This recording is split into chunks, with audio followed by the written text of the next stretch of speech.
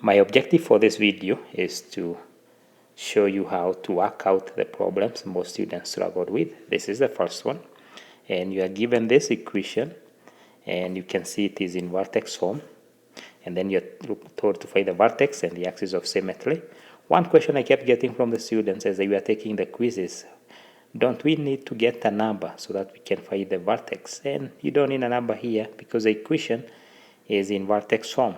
So to find the vertex of this equation, you just need to know that the vertex is given by h and k. And just to remind you, the vertex form is of the form x minus h squared plus k. So here, what is h and k? So the value of h is, you always remember, you always flip if it is positive 6, so that will be negative 6. And k is this value here, which is 5. Just what you see is what you write. So there we have the vertex. The axis of symmetry, I'm just going to use AOS for axis of symmetry.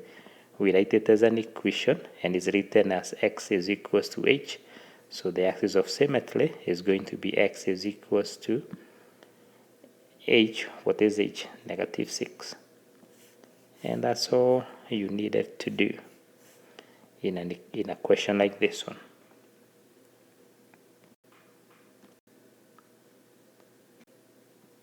The second equation here, you are told to find the maximum or minimum, and you are given the intercept form.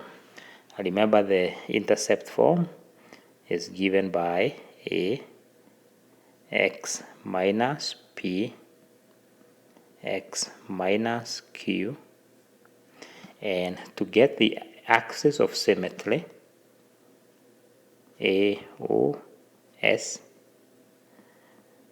you just need, or the x value of the vertex, you just need to take the p plus q divided by 2, and this is going to equal x. So that means in this case x is equals to, in this case x is equals to 3. Remember, p is 3. You just reverse whatever sign you see there, plus 4 divided by 2, and we get 3.5. So that is the x value of the vertex. So now to find the maximum or minimum, I just need to find the y value of the vertex. And the y value is going to be given by plugging in the x value, this value here, into this original equation. So I'm going to do 2, and then this is going to be 3.5 minus 3, and then 3.5 minus 4, and you can use a calculator to do that. And when you do that, you should get negative 0.5. That will be the answer. And again, on this one, students were asking me, don't I need to write the vertex? But remember, the maximum or the minimum is given by the y value. And you see, we did one warm-up question on this, and also in your packet with the notes, you'll see an example where you find the maximum or minimum, or when you find the maximum or minimum, you just need the y value.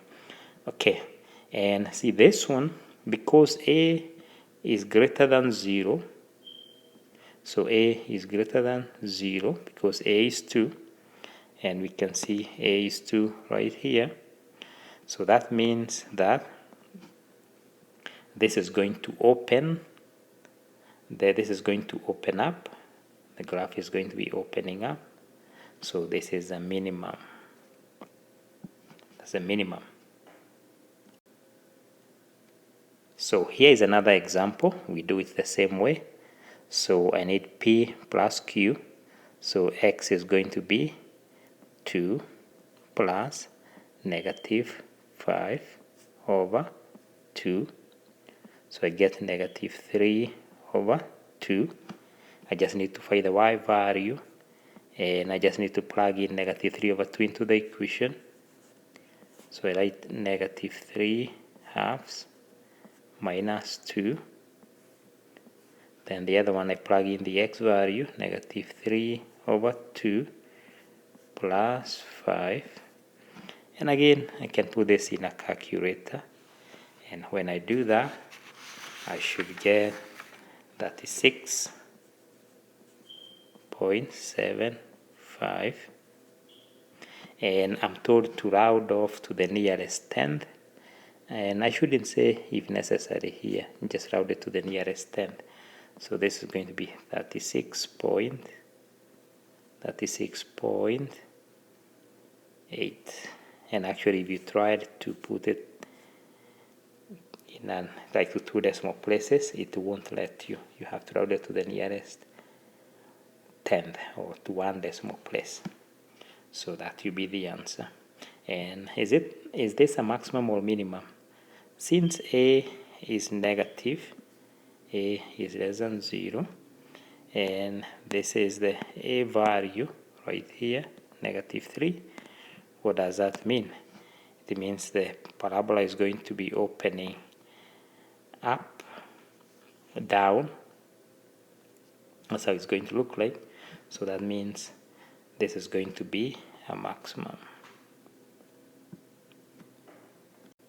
Okay, here is the next one. You are given the problem in vertex form, and seems like most of the problems we missed were in vertex form. So here you are given the vertex, and remember in vertex form is given by h, k. So that means from our vertex, which is given, h is just going to be -2, and k is going to be 3. Okay, and the next thing I'm told is that the equation passes through 3, 4. So how does that help me? That means my x, I can take this as my x, y values, 3 and 4. And then I'm going to use all the values given, plug them into the equation, and find a, because that's all I'm missing. So y is equals to a, and then I'm going to write x, which is 3, minus, what is h? -2, and then squared, plus k. What is k? K is 3, and I just plug in these values. So I do not know what a is. I actually know what h is, y is, sorry, y, so which is 4. So, and this is a, and this is 5 squared plus 3. So what do we get? 25a plus 3 is equals to 4. And we did a problem like this in one of the warm-ups. I need to isolate a, minus 3.